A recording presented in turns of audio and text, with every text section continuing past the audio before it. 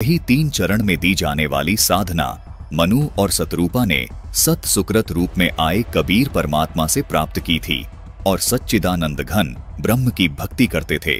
फिर बाद में काल ब्रह्म यानी गीता ज्ञानदाता ने मनु जी को चारों वेदों वाला ज्ञान प्रदान कर दिया, जिसका प्रमाण गीता अध्याय 4 के श्लोक 1 और 2 में मिलता है। उसके बाद मनु और सतरूपा जी ने आदि सनातनी पूजा को त्याग दिया और सनातनी पूजा शुरू कर दी।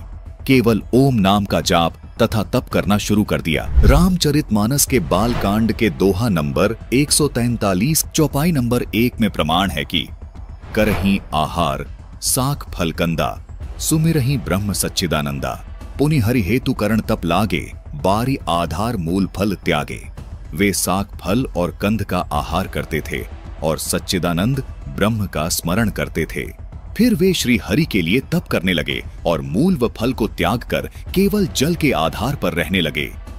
दर्शकों, यहाँ साफ लिखा है कि मनु और सतरूपा पहले सच्चिदानंद ब्रह्म अर्थात पूर्ण परमात्मा की भक्ति करते थे तथा गीता जी अध्याय 17 श्लोक 23 में बताए गए ओम तत्सत सांकेतिक मूल मंत्रों का जाप करते थे।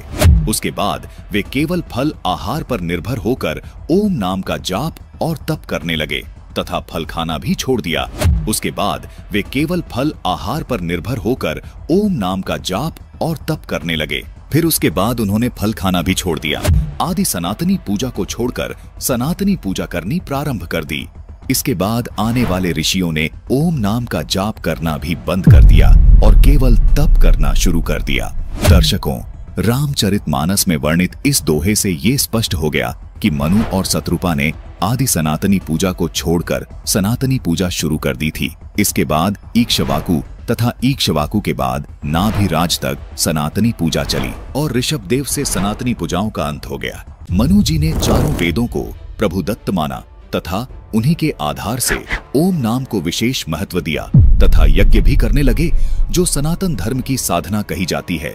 ये साधना तथा ज्ञान गीता अध्याय 4 श्लोक 1 और 2 के अनुसार सूर्य देव को मिला। सूर्य देव ने अपने पुत्र मनु को दिया और स्वयंभू मनु ने अपने पुत्र इक्ष्वाकु को बताया। इक्ष्वाकु के बाद ये ज्ञान कुछ राज ऋषियों को प्राप्त हुआ। राज ऋषि उनको कहा जाता था जो राज्य करते करते साधना करते थे। यह सनातन धर्म इक्ष्वाकु वंशी राज ऋषि नाभिराज तक प्रचलित रहा, उसके बाद नष्ट हो गया। जैन संस्कृति कोश के अनुसार तीर्थंकर ऋषभदेव अंतिम कुलकर नाभिराज के पुत्र थे। कुल की मर्यादा का पालन करने वाले को कुलकर कहा जाता था। इससे भी स्वतः सिद्ध हो जाता है कि ऋषभदेव ने अपने कुल की मर्यादा त्याग कर मनमाना आचरण किया, इसलिए ऋषभदेव को कुलकर नहीं कहा जाता। अपने कुल की मर्यादाओं के तहत साधना करने वाले आखिरी कुल वंश राजा नाभिराज थे, इसलिए उनको अंतिम कुलकर कहा जाता है, क्योंकि नाभिराज के बाद ऋषभदेव जी से मनमाना आचरण शुरू हो गया।